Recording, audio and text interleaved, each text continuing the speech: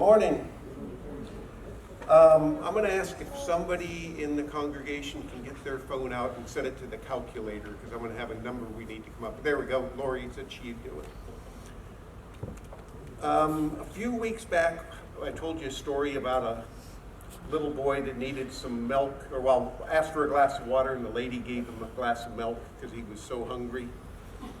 And then years later, he turned out to be a doctor and saved her life. So that little act of kindness grew over the years. And I've talked about the blood drives, how it's like that you give blood and you can save up to 3 people's lives with it. And next week, hopefully we hit the goal, and the goal's 22. And hopefully next week, Reverend Brian, actually he won't be here. So. But he normally would say we've saved up to 66 lives. But not all the times that you give can you save 3 lives, because sometimes it takes more than 1 unit to save somebody. So here's why I wanted to do this, okay? I'm going to tell the story about a man who gave blood for 63 years. So punch in 63. Okay? And around here, if you give whole blood, you can give 6.5 times a year. So multiply that by 6.5. Okay? And then each unit you give can save 3 lives. So multiply by 3. So this man could save how many lives?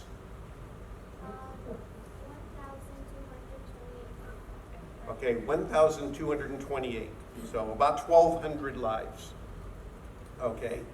Now, he was giving blood in Australia, and he gave plasma, and he was able to give, now start over again, okay, and he was able to give 16 times a year for 63 years. So how many times could he give?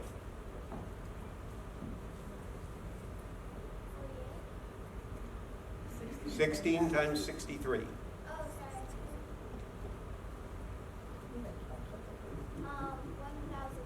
1,008. So he was able to give 1,008 times approximately. So if he saved 3 lives each time, that means he could have saved up to 3,000 lives. Okay, now let me tell you a little bit about the man. His name's James Harrison. He was born in 1936. At that time, Hub was probably about 35, 36 years old.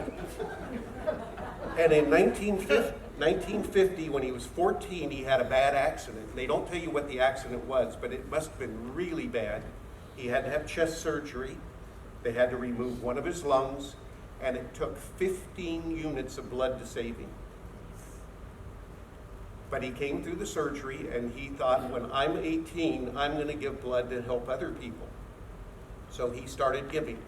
And from the time he was 18 until he turned 81, when he had to stop because that's the rules in Australia, he gave 63 years and gave over 1,000 units.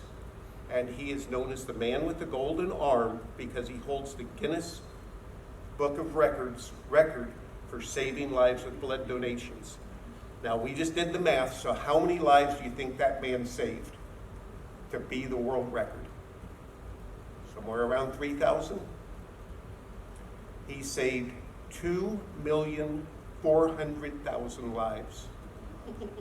When he gave blood about the 2nd or 3rd time, they found out that he had a very rare blood type.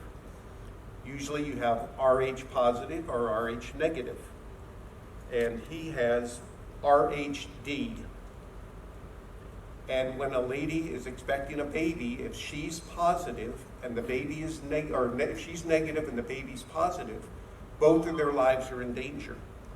And his blood is like a magic elixir and saved all these ladies and all these babies, including his own daughter.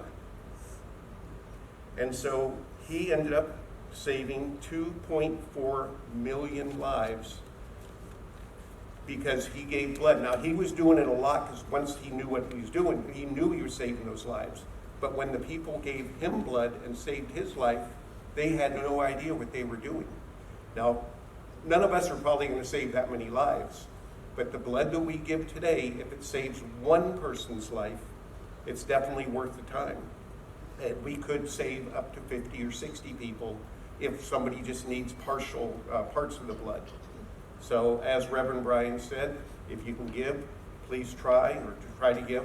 And then when you guys get older, maybe you can start giving and you might be one of the guys that has the next golden arm. So let's pray real quick.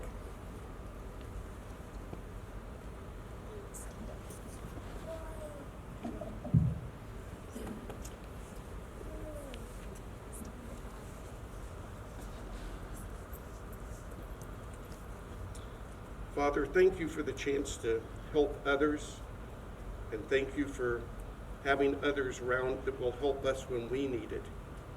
And always keep us in mind, keep us safe, and help keep our community safe and healthy. We say these things in your name. Amen.